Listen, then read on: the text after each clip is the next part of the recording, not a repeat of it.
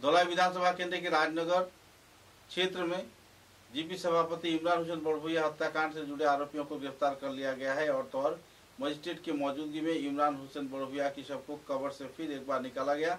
निकालकर सिलचर के चिकित्सा महाविद्यालय में पोस्टमार्टम किया गया। पोस्टमार्टम के बाद सुचारू छानबीन के तथ्य उजागर किए जाने के बाद उनके शव को वापस एक बार फिर से कब्र के अंदर कब्र किया गया। गौरतलब है कि पिछले दिनों उनकी हत्या धोखे से की गई थी। नींद की दवा दिलाकर उन्हें हत्या किया गया था और इस क्षेत्र में उनकी पत्नी रीना बेगम लश्कर तथा उनके गाड़ी चालक बीजू जुड़ा हुआ था। बहरहाल इस मुद्दे को लेकर परिवार सदस्यों में बेहद दुखद माहौल देखने को मिल रही है।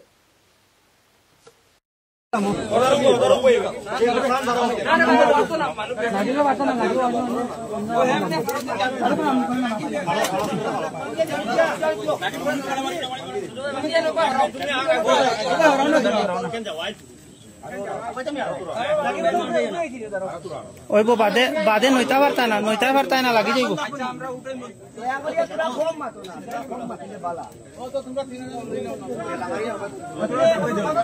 খাফড়ে খাফড়ে ধরি লাও খাফড়ে ধরো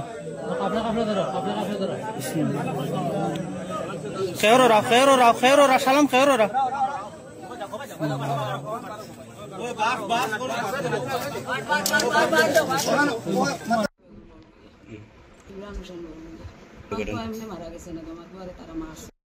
একজন নিরীহ মানুষ একবারে কোনো অপরাধ নাই একটা মানুষ যাকে মানে চক্রান্তমূলকভাবে যাকে হত্যা করা হয়েছে আগে ওরা জানে না, কিন্তু ওটা পরে জানার পর যে আমরার ভিতরে যে আমরা যে মর্মাহত হয়েছি তার কোনো সীমা নাই, অসীম। ওটাই জানি আমি।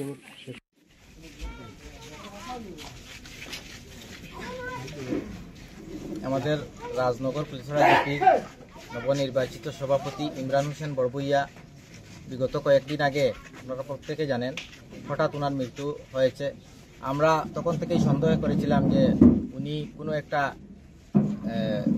কারণে হয়তো ওনার মৃত্যু হয়েছে, হঠাৎ করে মৃত্যু হয়েছে। কিন্তু কালকে রাত্রে যখন আমরা জানতে পারলাম যে ওনার স্ত্রী এবং ওনার স্ত্রীর প্রেমিক বিজু লস্কর ওনারা দুইজন মিলে ওনাকে হত্যা করেছে, তখন থেকেই এই অঞ্চলের মানুষ ভিড়ভাট্টা করছে ওনার বাড়িতে। পুরা রাত আমরা এখানে ছিলাম। পরে পুলিশ ওনার স্ত্রী এবং ওনার প্রেমিককে এখান থেকে অ্যারেস্ট করেছে এবং আরও কয়েকজনকে অ্যারেস্ট করেছে। আমাদের একটাই দাবি, হয়তো আমরা তো আর আমাদের ইমরান হোসেন বড়ভুইয়াকে আমরা আর এই দুনিয়ায় পাবো না, কিন্তু যারা ওনাকে হত্যা করেছে, যারা দোষী তাদেরকে ফাঁসি দেওয়া হোক, এই দাবি আমাদের এই অঞ্চলের জনগণের।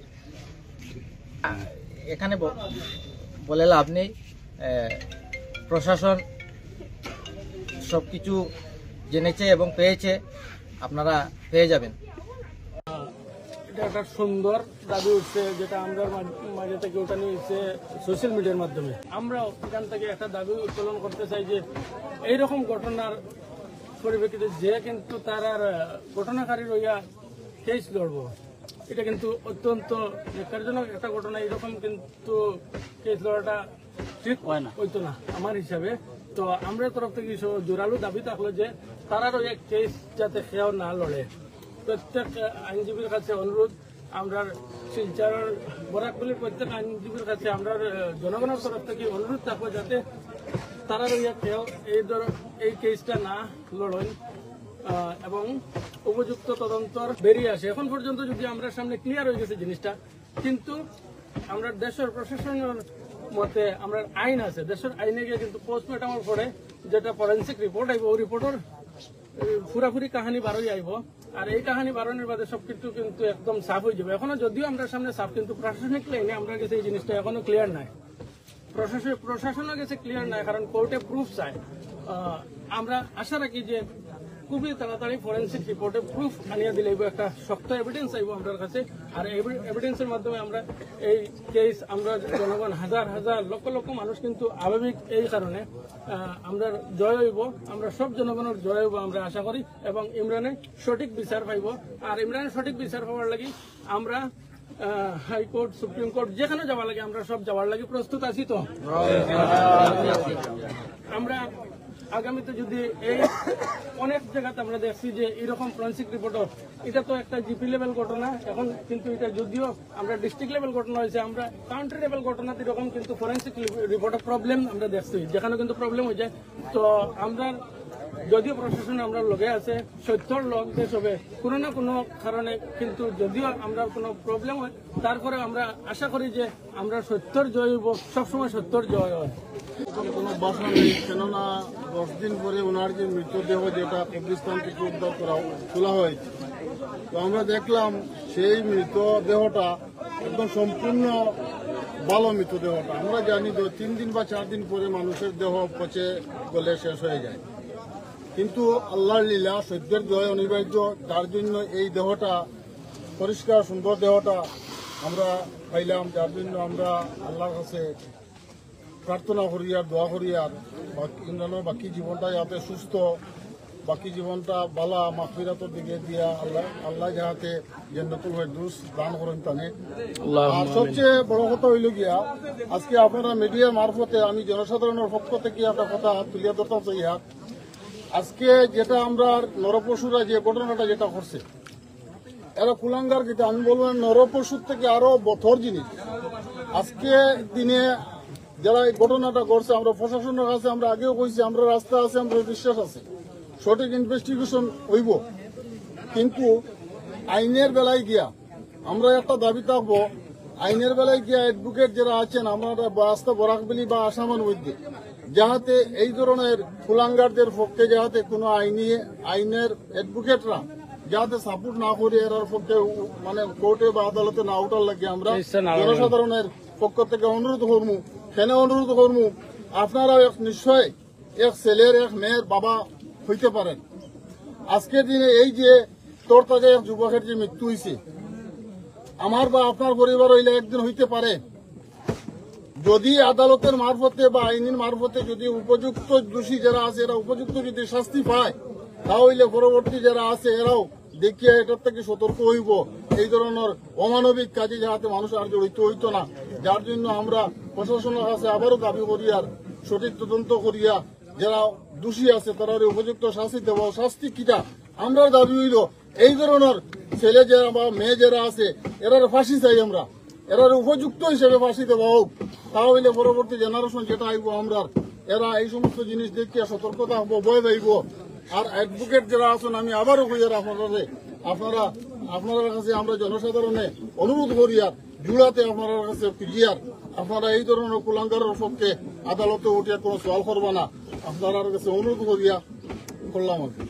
ইমরান একজন ভালো মানুষ, ইমরান ভালো মনের মানুষ। আমি মনে করি যে দক্ষিণ শিলচরের মধ্যে যেভাবে পঞ্চায়েত ইলেকশনে যে প্রতিদ্বন্দ্বিতা হয়েছে এবং আমরা যে বন্ধুত্বর মিলন করে 10 মিনিট 15 মিনিট পর পর আমরা ফোনে যোগাযোগ করে এবং পাবলিক তাদের মত বিনিময় করেছে, তাদের ভোট দিয়েছেন, কিন্তু আমরা বন্ধুত্ব রয়ে গেছে। ইলেকশনের পরেও আমার সঙ্গে তার ভালো একটা মনোভাব ছিল এবং আমাকে এই মুহূর্তে একটা আজকের দিনে যেখানে কবরস্থান, সেই কবরস্থানে একটা ব্রিজ ছিল, সেই ব্রিজে অপূর্ণ তোরা কাজ ছিল, সেই পূরণ করে দিয়ে বলেছিল আমার ভাই এখানে বর্ষার দিনে মানুষ মারা যেতে পারে, তাহলে সুব্যবস্থা করে দেয় এবং তুমি সঙ্গে থাকবে এবং পুরানো কাজগুলো যাতে হবে।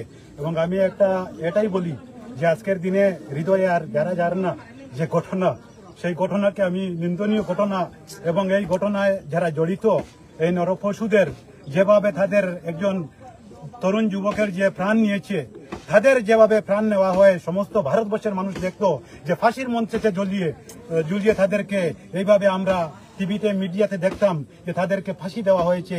আমরা বসে বসে আমরা ইমরানের দোয়া করতাম যে আল্লাহ তাদের যেন মাগফিরাত কামনা করেন, এইটুকু আমি আশা রেখে। 2 দিন আগে আমার হইল ব্রিজের খাসটা তোরা মাটি ফেলাইবার বাকি রয়েছিল, আমি বললাম মাটিটা দিলে সাইড ওয়ালটা হয়ে গেছে, মাটির খাসটা বাকি রয়েছে, এখন বারিশের সিজন সব হয়ে গেছে, আমি বললাম মাটিটা দিলে আমার হাতে মাটি দিলা পয়সা যেটা লাগে আমি দিমু, আমি বললাম গাড়িতে ঢুকতো না, এটা তো মাটি দিলে লেবার মানুষ লাগবো, লেবার যেটা লাগে তুমি লাগাই দিয়ে পয়সা আমি দিমু, তুমি কোচ কত লাগছে। লেবারটা 3 জন আমি লাগাইয়া 2 রোজে তারা 3000 টাকা লাগছে, 2 দিনের লেবার তারা খাস শেষ করছে। খাস শেষ করিয়া শুক্রবারে জুম্মা শেষ হয়ে বললাম চল খাসটা তো পুরো হয়ে গেছে, টাকাও তো তুমি দিলে খাসটা চল দেখিলে দগের লগে আমরা মুসলিম চাচা তাই আমরা তিনও মানুষ আইসে তার দেখিয়া অনুভব আখ্যা সময় গপসপ করে কইছে যে রাস্তা আছে আমরা কবরস্থানের রাস্তাটা তার আশা তার আমরা দোট আর রাস্তাটা আমরা মানে খাস দৌড়াইতাম মানে ওটা ফুললেও আমরা মানে মানে রাজনীতির আগেও ডটায় কইছে যে রাস্তাটা আমরা ফুললেও মানে মানাই দিতাম ওটা মানুষের বহুত আওয়া যাওয়ার লাগে এদিকে গাড়ি কিছু টিকেন না এটা লাগে কবরস্থানের আওয়া বহুত কষ্ট হয়ে যায় যে কবরস্থানের লাগে বেলাতে হলে একটা নেকিল খাস করিয়া দিব রাস্তাটা বানাই দিই।